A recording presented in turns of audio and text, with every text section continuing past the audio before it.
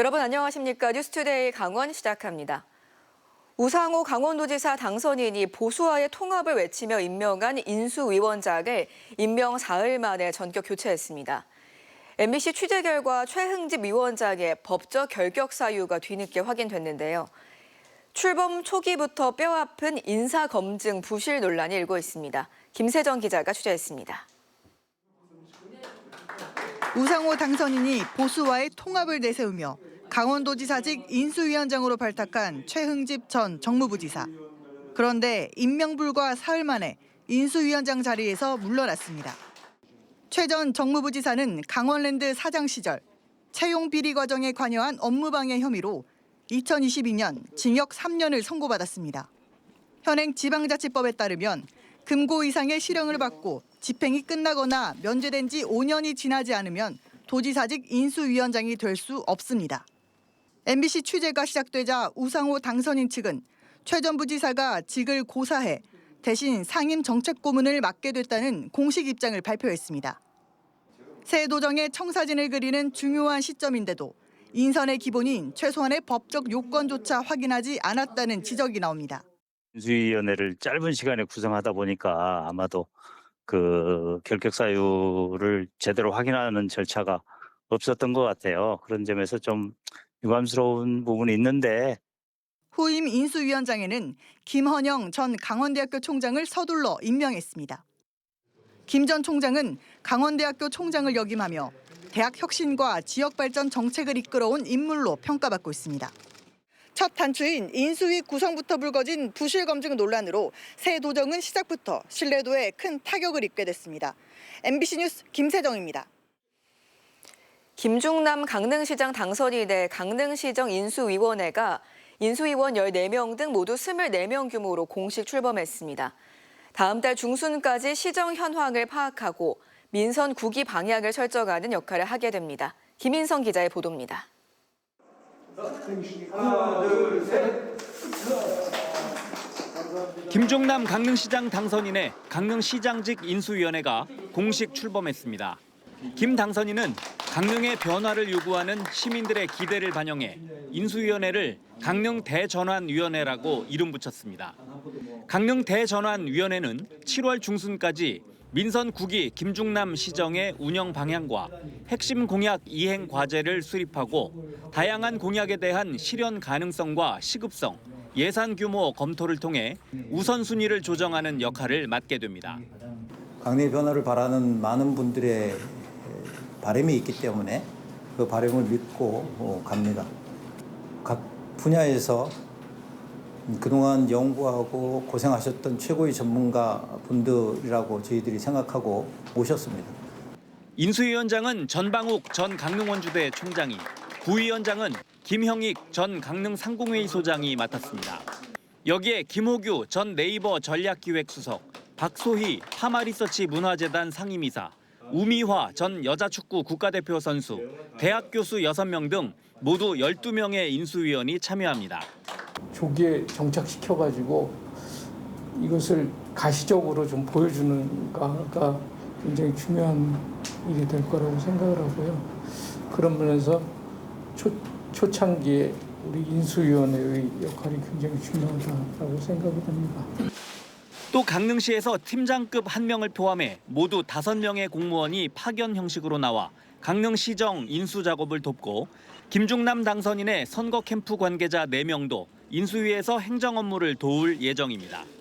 김 당선인은 균형 발전을 추진한다는 뜻에서 취임식을 주문진에서 하는 것을 검토할 것, 시정 인수 과정에서 공무원들을 상대로 정중하게 업무를 진행할 것, 공무원은 물론 시민들의 집단 지성을 이끌어낼 수 있는 공론의 장을 만들 것 등을 주문했습니다. 더불어민주당 소속 시장으로 사상 처음으로 강릉시정을 이끌게 된 김중남 당선인의 인수위원회가 앞으로 어떤 색깔을 낼지 관심이 집중되고 있습니다. MBC 뉴스 김인성입니다.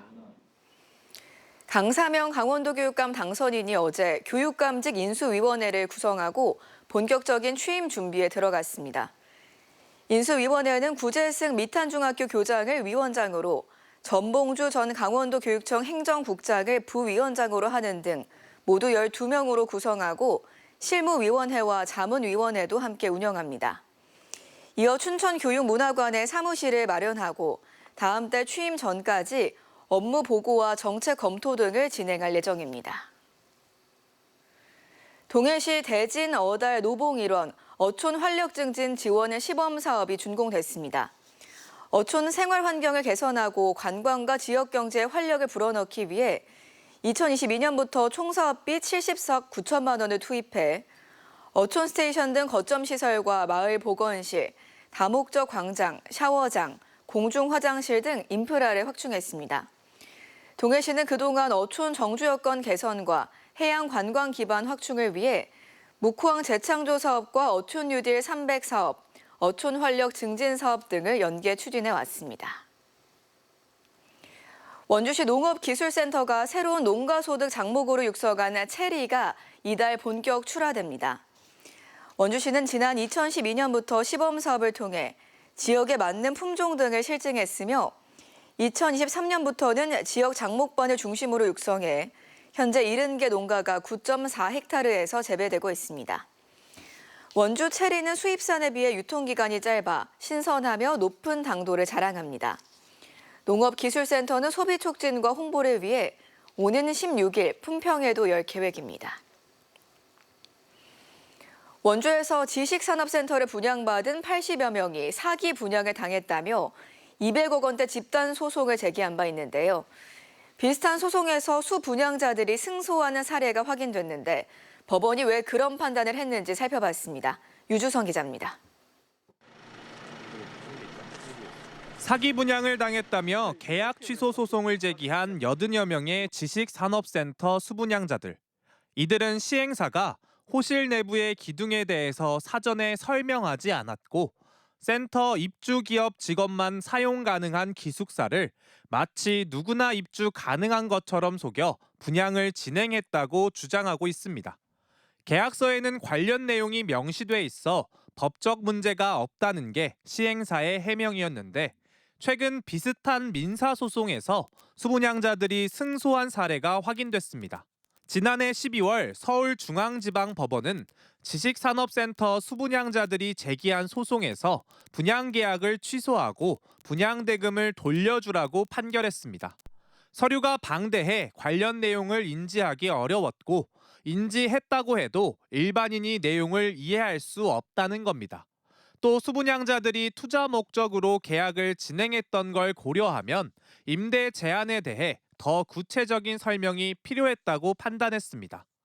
홍보물 등의 기숙사를 일반인도 임대받을 수 있다는 취지로 설명한 사실도 인정했습니다. 이거를 분양을 받아가지고 마치 오피스텔처럼 월세를 받을 수 있다. 기망이고 착오고 이런 요인에 의해서 이게 잘못된 계약이니까 이거를 취소시켜달라는 취지로 대부분 재판을 하는 겁니다.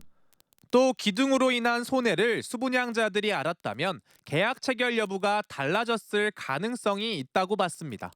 도면의 검정 직사각형이 기둥임을 의미하는 별도 문구가 없었고 정확한 크기나 면적도 없어 기둥의 존재나 크기, 형태 등을 가늠하기 어렵다고 본 겁니다. 분양사 측은 향후 기둥 존재 등과 관련해 일체의 이의를 제기하지 않는다는 내용의 수분양자들이 서명했다고 맞섰지만 법원은 서명을 기둥 여부와 무관하게 모든 수분양자들에게 받은 것으로 볼 때 충분한 설명이 이뤄졌다고 보기 어렵다고 판단했습니다. 승소한 분들은 분양 당시 설명을 녹음을 했다거나 그 자료를 확보하고 근거를 제시한 분들은 승소한 사례가 있습니다. 앞선 재판과 마찬가지로 이번 재판에서도 충분한 설명이 이뤄졌는지 이를 증명할 수 있을지가 쟁점이 될 것으로 보입니다. MBC 뉴스 유주성입니다.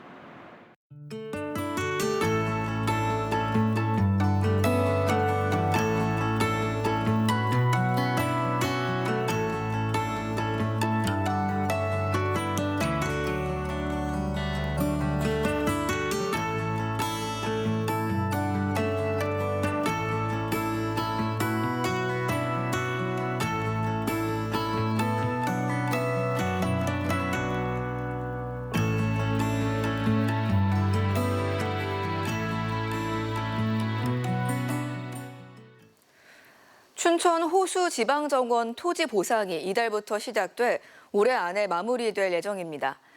춘천시는 주요 구간에 대한 발굴 유예 승인을 완료하며 약 2년 7개월간 이어진 매장유산 협의 절차를 마쳤다고 밝혔습니다.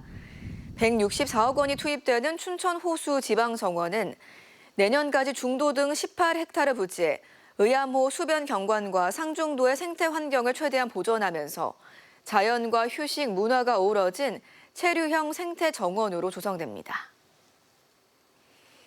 속초시가 물가 부담 완화와 수산물 소비 촉진을 위해 내일부터 14일까지 5일간 속초 관광수산시장에서 수산물 구매 온누리 상품권 환급 행사를 진행합니다.